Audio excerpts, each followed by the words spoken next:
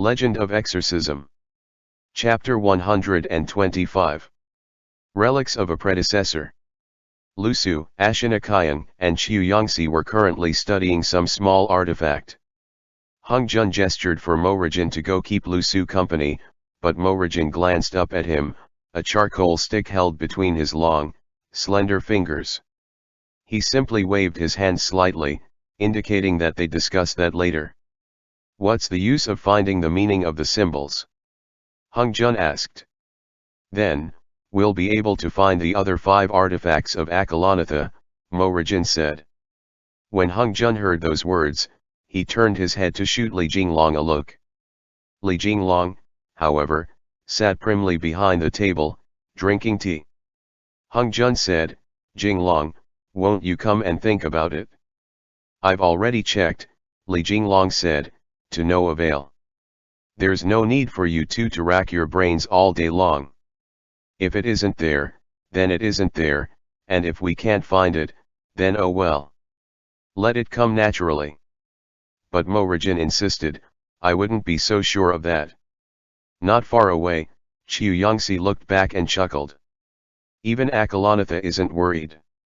You're living up to the saying, the eunuchs are worrying when even the emperor isn't. Atai smiled as he replied, "Otherwise, how could I relax and leave so easily?" Hung Jun found that his companions of the exorcism department had been studying a few diagrams ever since they had returned from the Xingjiao temple, and he said, "How about after we go back to Chang'an, we find the leader of the merchant guild and ask him again?" After the Xiaoyu case had concluded, Hang Olan had returned to the guild. So quietly that even the gods wouldn't have noticed. The guild master had been changed twice, yet no one had discovered the swap. Li Jinglong, however, said, "No thanks, I don't want to do business with him." In his life, Li Jinglong could deal with almost anything. The only times he couldn't was every time he was doing business with other people, because they would always end up absolutely fleecing him. It was only because he had gotten used to spending his silver like they were copper coins that he was not used to bargaining with merchants. A single sword from Hang Olan had already left him devoid of his entire family fortune, so wouldn't obtaining these 5 artifacts extort him into an early grave? "He won't be able to say much more," Ashinakayan added. "With what I understand of him, it's already pretty exceptional that he was able to remember this much." Thanks to Li Jinglong's explanations, Hung Jun had gradually realized that the Kun god's main motive that day had perhaps been to get some information out of Xianzang. He was using the relationship between Hung Jun and the Carpio to also, in passing, try to get some information from Xianzang. He had been trying to find a way to resolve the war. And Xuanzang's reply had been evil will not win out against good, and the incarnation of Varokana, the revolving wheel, can defeat all matters of devils. Evil will not win out against good indicated that in the end, they would be able to defeat Lushan. The incarnation of the rotating wheel of Varokana was Akalanatha. But it was not enough to depend solely on the Sword of Wisdom to truly gain the entirety of Akala's power. The Kun god had hypothesized previously as well that they had to gather all 6 artifacts. With that, Mo Rijin and the rest began to rack their brains over the information that Hang Olan had once learned of, in order to try and collect all of the artifacts. Hang Olan had given them 5 symbols, which looked a little bit like the picture symbols from the Oracle Bone script. One symbol was in the shape of a door, inside of which had been added many vertical lines. One was a very simple drawing of what looked like an eye, one was formed of a squiggly line that faced upwards, which had an arc attached to its top, and several meaningless short lines appeared to the sides. One was a closed half circle, which had a broken line running through it. The last one was a crooked line that wavered back and forth, and to the right were some squiggly lines that looked like flowing water. Qiu Yongxi had written the words door, eye, slope, moon, and river across the top of each, to help distinguish between them. How could it be an easy task, solely depending on these symbols to find the other 5 artifacts, especially since such a long time had passed? "I feel like this looks like the gates to Yaojin Palace," Hung Jun remarked, holding the sheet with the door like one drawn on it. It wouldn't be in Yejin Palace now, would it? That's way far off, Li Jinglong said. The one above your family's main gates looks like this. Li Jinglong grew interested, and he came over to draw the symbol of Chongming's totem. The tail was evidently different. This has something to do with fire, Mo Rijin murmured, but it is not a totem of Zoroastrianism. Atai finished looking through the books, and he laid out the 5 sheets of paper. Each of these 5 sheets represent a location. How can you tell? Li Jinglong asked. Instinct, Atai replied. He looked towards Li Jinglong. How about you try? I really can't puzzle it out any further. He himself probably doesn't even know, Hung Jun chuckled. But Li Jinglong shot Hung Jun a glance, and with a smile in his eyes, he sat down by them. He spread out those 5 symbols. Qiu Yongxi and the other 2 suddenly stopped in their movements, as if they knew that Li Jinglong was about to give a lecture, and they all came crowding around. Even Tu Rainduc couldn't resist getting curious, and she turned her head to look at Li Jinglong. After Li Jinglong smoothed the sheets out, he said, "My sincerest apologies, I can't figure it out either. But according to how I have always deduced the facts of a case, I imagine that these 5 symbols still have clues to follow." At that, everyone listened intently. This was the first time that Li Jinglong was teaching them deduction, and they didn't dare to hurry him. First, these 5 symbols must have an origin, Li Jinglong said. No matter if they are words or pictures, someone noted them down. Atai said, this was also a starting point for us as well. Who left them behind? Dimly, Hung Jun could start to grasp Li Jinglong's train of thought. Li Jinglong continued to explain to the group. No matter who they were, what we can confirm was that he was illiterate. Otherwise, he would have written words down, and he wouldn't have only left behind symbols. And if someone who is illiterate wants to record something down, what would he do? He would draw, Qiu Yongxi said. He would make simple drawings. Would they be this simple? Atai shook his head. They would not. An illiterate person, when they want to leave some record behind, will also not use very organized symbols, but will rather group completely disorganized lines together. For example, if I said, the thing is buried on the north side of the mountains, most people would draw some sort of a bundle to symbolize the thing, then they would draw a mountain and connect them with lines. Then they would draw a sun behind the mountain. Li Jinglong said, they are all individual symbols, which means that the person that left behind these symbols was not only illiterate, he also did not use symbols to describe them. Everyone fell silent. Qiu Yongxi then said, so these 5 symbols all exist in reality. Li Jinglong nodded. Let's assume that there is someone who saw these symbols in the locations where he sealed away the artifacts, who then drew the symbols as he saw them. This is the only possibility. Lu Su immediately understood. That would also explain why the clues left behind were not complicated groupings of pictures, nor were they words. Li Jinglong continued on, so these symbols must have been carved somewhere. Perhaps on rocks, or perhaps in temples.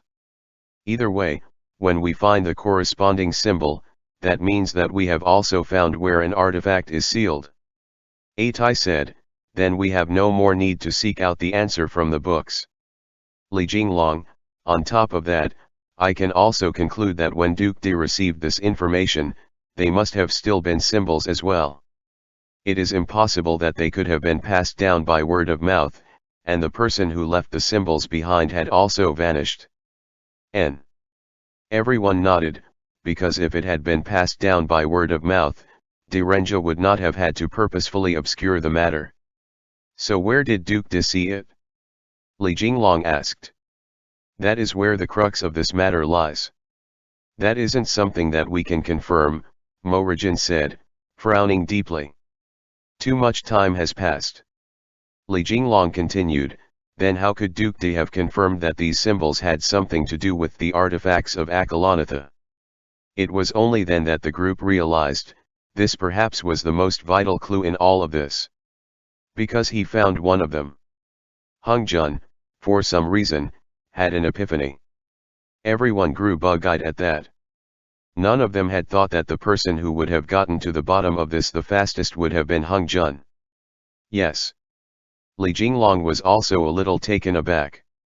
This is the only possibility. There were no records in the historical annals, and the Sword of Wisdom could not have fallen into the hands of merchants and been purchased again by Direnja. If that had been the case, there would have definitely been a record of it in the exorcism department. The only possibility was that Direnja had learned of the information first, then had found one of the artifacts. Hung Jun also found this a little unexpected. How have I suddenly become so smart? Usually, when everyone was working out a case, it was always Hung Jun who bumbled around in the dark. When they communicated, they simply went through the motions of doing so. Oftentimes, after Li Jinglong said the first half of a sentence, the group would be able to guess the second half, and sometimes they even got to the point of being able to communicate through their gazes along, which meant that Hung Jun could never catch on. But as long as Li Jinglong analyzed it clearly from start to finish, Hung Jun could follow along with his train of thought. That showed that he wasn't truly stupid, he was simply not very used to the way they thought about things. But there's no record of it, Mo Rajin said. We've long since scoured the records that Duke De left behind. Li Jinglong said, if there are no records, it is either they were destroyed or he didn't want to write it down. Which one do you think is more possible? Yang Kuozhong, Chu Yangxi said. Immediately, their brains began to spin again, but this time, Hung Jun had understood. Chu Yangxi had only said this name, but the expanded meaning of those words was, Direnja had left records behind, but Yang Kuozhong had wiped them away because Xiaoyu was crafting a new Mara, so it did not wish to leave any clues behind. Li Jinglong nodded. From this, they could naturally deduce even more. For example, they could figure out when Yang Kuozhong had learned that Direnja knew of the artifact's whereabouts, whether it was before Li Jinglong had obtained the Sword of Wisdom or after, and the reason why he had observed for so long, yet hadn't acted to steal the sword away. But these were not very related to the case at hand, and so they did not pursue those leads. Mo Rajin said, Xiaoyu knows. But there is no way that it will tell us, Li Jinglong said. Unless we bargain with it, but to tell you the truth, I do not want to make any more bargains with it. Atai said, there is still another way. Chu Yangxi said. We can search for clues according to all the places that Duke De has traveled to in his life, at the times that he visited them. Direnja had lived for 70 years, and he had once been a bailiff for the Bingzhou Commandant's estate, the Secretary General of the Judiciary Department, a deputy imperial censor, an official of the Finance Bureau, the county governor of Ningzhou, the deputy minister of Public Works, the Secretary General of the Executive Bureau, the prefect of Yuzhou, the prefect of Fuzhou, the Luozhu war marshal. In his life, he had been tossed about to a bunch of different places. How could finding clues from within that be easy? Hung Jun said, it'd be best if he left behind a diary. His diary has long since been lost, Li Jinglong said, but I imagine that the time period is something that we can probably generally guess at. Chu Yangxi slapped his fan, and he chuckled. I'm really impressed. Zenchi. Li Jinglong began to smile. Hung Jun was still completely adrift, so Li Jinglong explained to him, my guess is that it is right in those few years before the exorcism department was founded. Hung Jun, oh, right. The exorcism department had been founded in the first year of the Shengong era, which was also the second time that Direnja had taken on the office of chancellor. This was an event that had been clearly recorded in the annals. Looking 1 year before that, Direnja had been in Yuzhou, quelling a rebellion, and in the 5 years before that, he had been demoted to being the county official of Peng's county. Yuzhou, Mo Rajin mused. Are we going into An Lushan's territory? It might be Peng's as well, Li Jinglong said. These two are important places that we must investigate next. Ashinakayan, however, protested. I don't understand. Since Direnja has already gone there and gotten the Sword of Wisdom, what use is there in us going as well? It will be useful, Li Jinglong said. The locations where these artifacts are sealed more or less have some similar parts to them, whether that be a grave, ancient relics, or a temple. More or less, they will give us some clues. With that, everyone suddenly saw the light and Hung Jun finally understood why Li Jinglong always seemed as if he had a card up his sleeve. He could always plan out every step in advance. Not only did he have a handle on many things, but he was also never afraid of changes. Since Zhenji had a plan, they wouldn't have to worry overly much, so they began to clean up that pile of papers. Li Jinglong made a few simple preparations, and after this vacation ended, everyone would temporarily split up into two smaller teams and head to either Peng's or Yuzhu to investigate separately. This time, it will be a long time before we return to Chang'an, Li Jinglong smiled. If you wish to play around, take this chance to do so. But if we are away from Chang'an for so long, what happens if something goes wrong? Hung Jun asked. Since Zhenji has made this decision, Qiu Yangxi smiled, putting away the mess of scribbled on papers that covered the desk. He naturally has a reason in doing so, so there's no need for us to worry. Hung Jun had gradually come to understand Li Jinglong, and he nodded in response. That afternoon, rain began to fall over the canal, and the humid heat was immediately swept away, replaced instead by a coolness. When Hung Jun woke from his afternoon nap, he felt satisfied for some reasons. He and Li Jinglong stayed in their room, watching the rain. As their poses grew intimate, they unreservedly did it once and Li Jinglong pressed Hung Jun down against the railings to the side of the room. Both of them were completely naked, and they faced the unobstructed view of the rain outside of the boat. There was no distance between them, as if they had melded into this newly cleansed natural world. After they finished, Hung Jun sat behind the railings, watching the green mountains along both sides of the canal. Li Jinglong, his hair loose and unbound, gently kissed Hung Jun's neck and shoulders from behind. Hung Jun suddenly asked, "Are you thinking of luring Xiaoyu back?"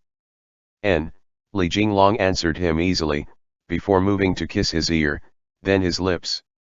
Hung Jun asked, "Why?" "Guess." Li Jinglong embraced Hung Jun from behind, making him scoot up onto Li Jinglong's body. That thing started to stick up again. Though Hung Jun had done it with Li Jinglong several times, if he went too hard, he still caused Hung Jun pain. Just as he was about to deny him, Li Jinglong hugged him around the waist and pulled him back.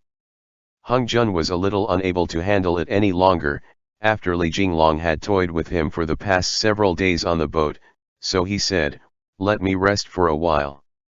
"I won't move," Li Jinglong said earnestly. "I really won't move." And after saying this, he had Hung Jun scoot back again. With great difficulty, Hung Jun sat down on it and straightened slightly. Li Jinglong maintained his position, holding onto him from behind. He propped his chin up on Hung Jun's shoulder as the two of them watched the green mountains outside the ship slowly passing by. Hung Jun felt very comfortable, feeling as if in the open air and along the wind, only the two of them existed. They were completely melded with each other. "What else do you want to say?" Li Jinglong asked. Hung Jun couldn't tear his attention away at all, but Li Jinglong had the talent of being able to multitask, and he had purposefully started to talk business with him at such a moment, just to tease him. "My guess is that Xiaoyu won't dare to go back," Li Jinglong said, bending his legs slightly. "But it will have no choice but to return, because it also needs to clean up its mess." Hung Jun moaned, "You promised you wouldn't move." Li Jinglong protested, "I was just changing positions, this is a little more comfortable." Hung Jun found that he truly had luck with boats. "So then what?" Hung Jun asked. Li Jinglong replied, "The Kun God, your father, and Qing Xiang are all waiting for it to return to Chang'an. We are not Xiaoyu's only enemies." Hung Jun leaned back slightly, pillowing his head in the crook of Li Jinglong's neck.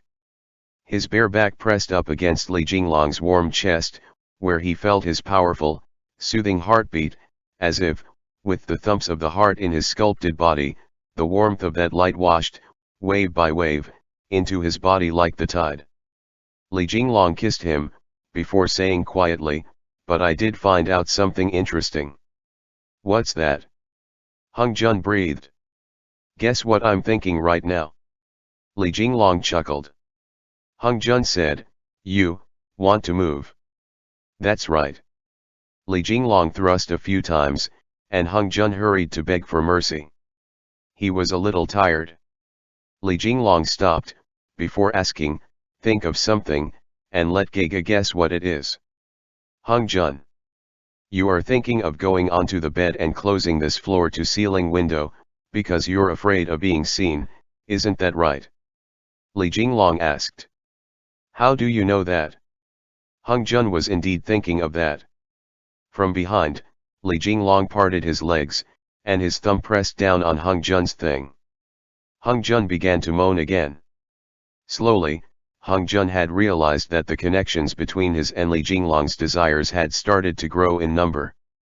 Perhaps that was because of the heart lamp that caused him to be able to sense what Li Jinglong was thinking from time to time, just like how when they were deducting the details of a case and a subtle shift in Li Jinglong's expression caused Hung Jun to vaguely sense some things. And most of the time, Li Jinglong could guess what Hung Jun was thinking. Though he could basically guess correctly 9 times out of 10 from Hung Jun's expression alone before, now he was basing his guesses more on intuition. This kind of intuition was even more miraculous because it kicked into effect when the two of them were whispering sweet nothings into each other's ears, and even when they got into bed. As soon as Hung Jun felt the slightest bit uncomfortable, Li Jinglong would be able to sense it. And Li Jinglong's satisfaction, through the heart lamp, would be transmitted directly to Hung Jun. Hung Jun knew how Li Jinglong liked him to look, and from time to time, would act of his own accord to work with him, but most of the time, it was really intolerable, and he felt too embarrassed to say the words that Li Jinglong was hoping to hear. End chapter. Legend of Exorcism. Chapter 126. Flowing Clouds of West Lake. Speaking of which, it's strange, Hung Jun carefully took the aqua regia that Lu Su handed him, gently pouring a drop onto a golden ring. The golden surface of the ring caved in a little, forming a decorative pattern. "Why is it that sometimes, I am able to tell what he's thinking about?" "That means that it's not you that's smart," Lu Su said, his face impassive as he peeled a walnut. The corners of Hung Jun's mouth twitched. "Of course, it's me that's smart. Aside from intelligence, there is another explanation," Lu Su said. "The heart lamp." Hung Jun suddenly understood. Lu Su continued, "The power of the heart lamp resides in his body and he also sealed a portion of it in your heart. Through this artifact then, you two have gained a sort of connection." Hung Jun thought, would that be a problem? If that was the case, they would basically not be able to hide their joys and griefs from each other. "That's really miraculous," Hung Jun said. "How much merit did I accumulate in my last life to be able to run into such a situation in this one?" Lu Su asked, "You think that this is a good thing?" "Of course," Hung Jun replied. "But some people won't think that," Lu Su said. "If someone else could guess all the things in your heart, how boring would that be?" Hung Jun replied, "That wouldn't be boring at all." "Why would it? Isn't it a good thing, when you like a person, to be able to be completely aligned in your desires?" Lu Su began to chuckle. "That's why you're likable." Hung Jun. It was just then that Li Jinglong came over, so Hung Jun hurriedly hid that ring under the table. Though he felt that there wasn't much of a use in hiding it, Li Jinglong simply smiled and said, "We're almost there. Want to go outside and take a look?" The large ship was heading down south along the canal and had already almost reached the shore. This was the first time that Hung Jun had come to Jiangnan and he saw that amidst the summer weather, The entire city was filled with weeping willows and the houses had white walls and black roof tiles. In the distance, Mount Nanping was as delicately beautiful as a painting. It had just rained and the silhouette of the mountain was shrouded in mist. The entire scene truly gave off a breeze blows at sunset and the willows ripple like smoke feeling. Aside from Qiu Yangxi, everyone else was also coming to Hangzhou for the first time, and they all rushed to the railings to look out, exclamations of praise falling endlessly from their lips for a time. In the distance came the tolls of a bell, whose echoes reached especially far under the sunset. In this twilight dusk, Hung Jun felt as if this was a little familiar. Li Jinglong hugged Hung Jun from behind, and the two of them leaned up against the railings, looking outwards. Qiu Yangxi smiled as he said, "Some other day, I'll take you all in the direction of Gasu. The Hanshan Temple is the best place to listen to the bells." When Zhang Duan went to the capital, he once wrote, "The moon sets and the crow calls as frost fills the air, and the maples by the river and the lights on the fishing boat slumber sorrowfully." In the Hanshan Temple outside the city of Gasu, the sound of the bells in the night traveled to the passenger boat. A pitcher of light wine and a lantern on a fishing boat, those are all very beautiful. Hung Jun said, "I feel like I've been here before." Though his memories had long grown too blurred, Hung Jun felt as if the air of Hangzhou felt quite a bit familiar to him. Li Jinglong said, "There's no hurry. We'll be staying for 10 days to half a month in Hangzhou, so when the time comes, I'll take you around." Several bouts of rain had fallen in the Guangzhou region and the cicadas were slowly starting to shrill again, burst after burst. The merchant caravan swaggered into the city of Chang'an and when the Carpio peeped out from under the oilcloth, he was instantly shocked. "Wasn't this the Western market?" This, the Carpio stuttered. "We've reached Chang'an. We've reached my home." The two pheasants were so overheated that they had gone limp with fatigue. Compared to the slightly cooler mountains in Bashu, Chang'an was really too hot. The Carpio also found that its companions seemed to be a little listless, and since it was afraid that they had gotten some bird flu, it said, "Are you two all right? Don't become diseased chickens now. You're the diseased chicken." Along the way, they had gotten a little more familiar with each other, and each of them had mentioned some things about their pasts.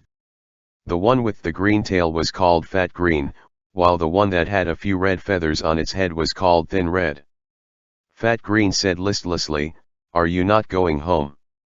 Along the way, the Carpio had put on the airs of being a city Yao who had passed by the Chang'an emperor's feet who knows how many times. When it saw how pitiful these two pheasants were, it decided to show them compassion. Though even in its next life, it wouldn't be able to pay off the debt of the betrayal it had wrought, it figured that every small bit of kindness counted. With that, as the merchants carried the cage with Fat Green and Thin Red into the market, it sneakily twisted open the wire netting. "Go," the Carpio said towards the cage, amidst the hubbub of human voices that filled the western market. "Go quickly. Don't be a Yao in your next life." Never in their wildest dreams had the two pheasants thought that the Carpio would rescue them and they first froze, before pushing open the cage door and carefully running away. But very soon, the seller discovered their escape as someone shouted, "Your chickens have run off." The merchant was instantly alert. The Carpio gestured for the two birds to run quickly, while it itself leapt onto the jars and pots, before flipping them over with a great heave. The ensuing commotion drew everyone's attention. "Yaogwai ah! Yaogwai!" someone immediately shouted. The hired hand was the first to come back to his senses, and he shouted, "This fish monster's come back to life." For a time, the ones with the wooden sticks raised their wooden sticks, while those that had nets grabbed them, all of them moving to catch the Yao. The two pheasants escaped their cage and flapped their way up to the rooftops, fleeing for their very lives. The Carpio dashed towards a little alleyway, while the hired hands followed behind it, screaming bloody murder. Since it was familiar with Chang'an, the Carpio dashed madly down different streets and alleys, but the initial commotion had grown too large and had startled the citizens, so no matter where it went, people were shouting about capturing the Yao. The Carpiao's head spun, and it blindly ran northwards. Before it realized, it arrived in the alleyway outside the exorcism department, and when it realized, its soul almost flew away out of fright. Wasn't this the exorcism department? From behind, the hired hands came racing up. The Carpiao had no more time to spare, and it hurriedly shouted, "Help! Second eldest, third eldest, fourth eldest. Save me!" The alleyway was extremely quiet. The Carpiao wanted to find somewhere to hide, but this little alley had been cleaned up very well. Plus, the doors to the exorcism department could only be opened with magic, but the Carpiao had no magic to speak of. Usually, if it wasn't shouting to be let in, it was going in and out with the exorcists. It figured that the group was purposefully messing with it, so it steeled its resolve and continued to hammer away outside the door. "Open the door, quick," the Carpiao shouted. "I'm not joking around, I'm going to die, Hung Jun. Hung Jun, open up. I know you're at home." The inside of the courtyard remained silent, but the area behind him was filled with clamor. The hired hands had caught up. The Carpiao stopped talking, instead simply watching the exorcism department silently. It looked at the seal, at the door to its home that would always open wide every time it came. It stood there, unmovingly, even as in the end, the hired hand in the lead caught up and smacked his stave down on its fishy head. The Carpiao immediately slumped over bonelessly, fainting dead away. A shishin later, raindrop began to patter down from the sky again, and the horse cart swayed and shook as it bounced along on the road. In the cage that had once held the two pheasants, the Carpiao knelt there, all alone. Its hands grasped the metal bars of the little cage, and a good half of its head stuck out from between the bars. Its mouth opened and closed as it drank the rainwater falling from the sky. "Boss, how are we supposed to sell this guy?" the hired hand asked the merchant. "It's not easy to sell Yaoguai in Chang'an," the merchant said. This was truly a loss. "How about we let it go?" another hired hand asked. "How can we do that?" the merchant said. "You think I picked up my silver off the side of the road? Plus, if this Yaoguai goes and harms people, what will we do?" "Oh, boss, I have an idea." The hired hands and the merchant put their heads together, and they figured they might as well put this long-legged, long-armed Carpiao on display and make it perform some acrobatics, so that they could get some money from the excitement. That might even be enough to return them their original payout. "Hey," a hired hand called, poking the Carpiao in the cage with a wooden stick. "Do you know how to speak?" The Carpiao simply sat there dumbly without making a sound. The hired hands took turns trying to tease it into talking. Someone remarked, "I heard it speak before." But none of them could get even a peep out of the Carpiao, and after they spent a long time toying with it, they had no choice but to let it be. The caravan slowly left Chang'an. The world was green around them, as if it had been freshly washed, and as they headed north, the city of Chang'an grew distant in the Carpiao's eyes, before finally vanishing into an indiscernible smear on the horizon.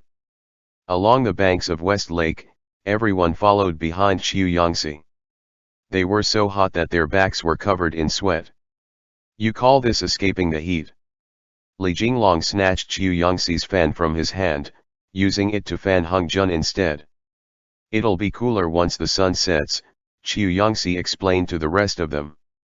It was so hot that Lu Su's inner robe was sticking to his back, and he said, "This place is even hotter than Chang'an." Mo Rijin said, "Young Master Qiu, you are from a rich and wealthy clan after all. Can you call a palanquin and let us brothers catch a ride over there?" Qiu Yangxi replied, "It's almost the Dragon Boat Festival, there's no palanquins to be found by the banks of West Lake." During the Mao hour in the afternoon, at the very hottest part of the day, the West Lake was like a huge steamer. Qiu Yangxi found a porter to carry their things for them. A Tai had fallen to the very end and he was vigorously waving the godly hurricane fan towards the front, sending up gust after gust of wind as he complained, "The hottest one is me, okay. Hurry up and walk. Stop dawdling." As Hung Jun walked, he would stop to look now and then. In his memories, he seemed to have come here before, the weeping willows on the Su causeway, the expanse of blue water, and the interplay of light and shadows stirred up some dreamlike memory inside of him. When they came to a tiled house, Chu Yangxi said, "We're here." "Everyone." "I'm joking," Chu Yangxi said. "There's still half a li ahead of us."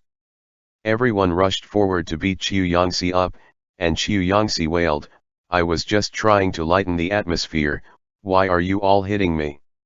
Shut up. Let's go." His companions impatiently chivied him along. When they got to Zizao Mountain on the southern bank of the West Lake, the sun was beating down on them from the west. A plaque stood in front of the mountain, on which was written 8,000 li of flowing clouds. Chu Yangxi announced, "We're here, this is the Flowing Clouds Mountain Villa." He then shouted a few times, and someone came out from inside to welcome them. When they saw him, they were greatly shocked, and they hurried to shout, "The young master has returned. Why didn't you send someone ahead with a letter to notify us?" Chu Yangxi chuckled. "These are all my colleagues in the exorcism department. It was no issue, just a short walk along the road and we got a chance to enjoy the scenery as well." Everyone thought, "Who wants to enjoy the scenery with you?" The housekeeper was a 40-plus-year-old middle-aged person, and he hurried out to welcome the guests. 2 palanquins had been prepared to carry them in, the only 2 they had usually prepared in the villa. It had grown a little cooler once the sun fell behind the western mountains, so everyone began to modestly decline the palanquins. Finally, Atai and Turanduk took one, while Ashinakayang took the other. The others slowly walked up. The Flowing Clouds Mountain Villa had been built in a very secluded area, as a good half of it was hidden amongst the trees. Even halfway up the mountain, they couldn't see the entirety of it. Along the 2 paths, there were a pair of statues holding golden platters spaced out every few feet. A large screen wall stood in front of the main entrance, and its surface was carved with 100 dragons' portrait. Everyone couldn't help but exclaim in wonder at that. Li Jinglong remarked, "Yangxi, your family's really very rich." Chu Yangxi chuckled. Hung Jun asked curiously, "Is this considered very rich?" Li Jinglong said, "The screen wall was a gift from the royal family of the Han dynasty, wasn't it?" Chu Yangxi replied, "Lu Che had someone carve it." Hung Jun stood in front of the screen wall and glanced at it a little longer, only to see that the dragons, which were so lifelike that they seemed to be circling, were coiling around a glowing night glowing pearl in the center. This pearl wasn't as large as that pile of night luminescent pearls that were stacked around the fish pond, nor were they as bright as the ones hanging in the cabinets. However, Hung Jun didn't say any of that. Instead, he nodded and agreed. "It's very beautiful." Li Jinglong glanced at him and began to chuckle. He slung an arm around Hung Jun's shoulder and walked in. "Grandpa!" Chu Yangxi shouted as soon as he walked inside. "I'm back." The interior of the villa was decorated in an old-fashioned way, and in the style of the architecture of the Han dynasty, it was composed of 7 halls. When they walked into the main hall, an aged voice shouted, "Yangxi!" "Grandpa!" Chu Yangxi charged forward, just as an old man clad in white that looked like an immortal came charging towards him. The grandfather and grandson were the same height, and as they looked at each other, both were exaggeratedly overjoyed. "Everyone." "Good, good," the old man said. "You're finally back. I've got to head out now." "Wait." Chu Yangxi hurriedly grabbed the old man. "Zhenji and my colleagues are all here, don't let them see a joke. Ever since you left for the capital, it's been a good half a year since I've been to the call of the Kingfisher," the old man said. "How can you be so cruel? Leaving Grandpa all alone at home." Upon hearing this, everyone almost fell over. Hung Jun asked, what is the call of the kingfisher? Come, come, the old man said. Let grandpa take you to have some fun. Chu Yangxi bellowed, stop messing around. With Chu Yangxi's shout, that old man had no choice but to attentively look over the group. With an expression as if he had had a great revelation, he said, so you're Li Jinglong. I'm not Li Jinglong. The corners of Hung Jun's mouth twitched. My name is Kong Hung Jun. Li Jinglong kept pointing at himself, meaning, it's me, it's me. The old man chuckled at Hung Jun. As soon as I saw you, I felt that we really hit it off. This, Chu Yangxi hurriedly made a gesture of apology at the group, and as he introduced them one by one, everyone also came by to greet his grandfather. Since you have friends here, we must give them a warm welcome, grandson. Why don't we? Grandpa, Chu Yangxi replied earnestly, Yeming's bones have been found. The moment the old man heard that, he seemed to have instantaneously changed into another person. He glanced over the group and seemed to understand something. Good, good, the old man said, stroking his beard and smiling, giving up on the impish old man act. I am greatly indebted to everyone here. Come, please come in. Let's have a good chat. Kong Hung Jun? My name is Chu Chu. Chu Chu. Hung Jun thought to himself, this name is so strange. The Chu Chu in I'm begging you, the old man added, mock seriously. Stop playing around. Chu Yangxi was on the verge of giving up. Grandpa, spare me a bit of face. The old man was named Chu Chu, and he was Chu Yangxi's very own grandfather. With that, he straightened his white martial robes and greeted Li Jinglong first. Li Jinglong had his status as an official and his title as the Marquis of Yadan, and though Chu Chu was advanced in years and was his senior, he was just a commoner. After he greeted Li Jinglong with the appropriate salute of a commoner greeting an official, everyone saluted him as they would a senior. It was only then that Chu Chu had the servants bring the tea in. There were not many servants at the Flowing Clouds Mountain Villa, but the housekeeper, the manservants, and the maids were all very well versed in etiquette. They didn't even make a sound when they walked, and when they served the tea, they even held their breaths, tiptoeing around lightly and never blocking anyone's line of sight. Chu Yangxi introduced his colleagues one by one, and Chu Chu nodded at each of them and said a few words. When he saw Morigin, he said, wow, the little wolf cub's archery skills are quite impressive, and you run pretty fast as well, don't you? Morigin. It's a pity that he can't run as fast as you, Chu Chu chuckled, winking at Lu Su. Lu Su laughed at that. Chu Chu asked, when will your antlers be whole again? Lu Su thought that it was Chu Yangxi who had informed his family of that. Only Hung Jun noticed that there was a glimmer of dark gold in the left eye of the Chu family patriarch, and perhaps, he was able to see something unique, and perhaps he had noticed all on his own. Soon, probably, Lu Su replied. Chu Chu nodded, before then looking to Atai, Ashinakayan, and to Rainduct. He said, a disciple of Zoroaster and the little prince of Persia, wow, our family's Yangxi's companions all come from important backgrounds. Everyone was a little awkward at that. Chu Chu then looked towards Hung Jun. Even back when they had been drinking tea and chatting idly, Chu Chu had kept glancing at Hung Jun, as if he was thinking. Li Jinglong had also seen this very minute change, and he was frowning slightly. After Chu Yangxi drank his tea, he said, all right, Grandpa, you go play first, I'll keep our guests company. Chu Chu said, then let's meet again a little later. And saying this, he walked away swiftly. Before he left, he turned back to glance at Hung Jun. Even Hung Jun had sensed that glance. Li Jinglong asked Hung Jun, do you two know each other? Hung Jun was very confused. We don't though. Hung Jun really did not remember having ever come to the Flowing Clouds Mountain Villa. That night, Chu Yangxi first arranged for their lodgings, before then sending the servants to prepare a meal. As he had said, as soon as night fell, Zizao Mountain began to cool down, and a slightly cold mountain breeze began to blow through the groves of trees. The members of the exorcism department were amusing themselves as they wandered through the villa. After Hung Jun ate, he and Li Jinglong wandered around aimlessly.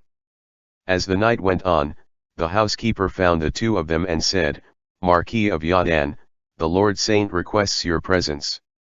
"He's back already?" Li Jinglong jolted, as if he had known that such a summons would come, but hadn't expected it to come so quickly. He then had Hung Jun go back to the room first, while he followed the housekeeper to the tea room. Chiu Chiu was sitting in the tea room, drinking some tea. His silver hair fell loose and unbound, while there were two maidservants to the side, massaging his legs. When Li Jinglong arrived, Chiu Chiu moved to get up and greet him, but Li Jinglong hurriedly greeted him first and said, "Immortal, you do not walk in this red dust, please don't shorten this junior's lifespan anymore." Chiu Chiu chuckled at that, and he said, "Just now, when I went down the mountain, I found an old sweetheart on a pleasure boat. Before I could even take off my clothes, I remembered something, and I hurried back." Li Jinglong sat down in front of Chiu Chiu. The old man pointed at the teacup filled to the brim that was resting on the table, indicating that he drank, so Li Jinglong took the cup. Chiu Chiu continued, "Yangxi's colleague named Kong Hung Jun, was his name previously Kong Shuang." Li Jinglong. End chapter.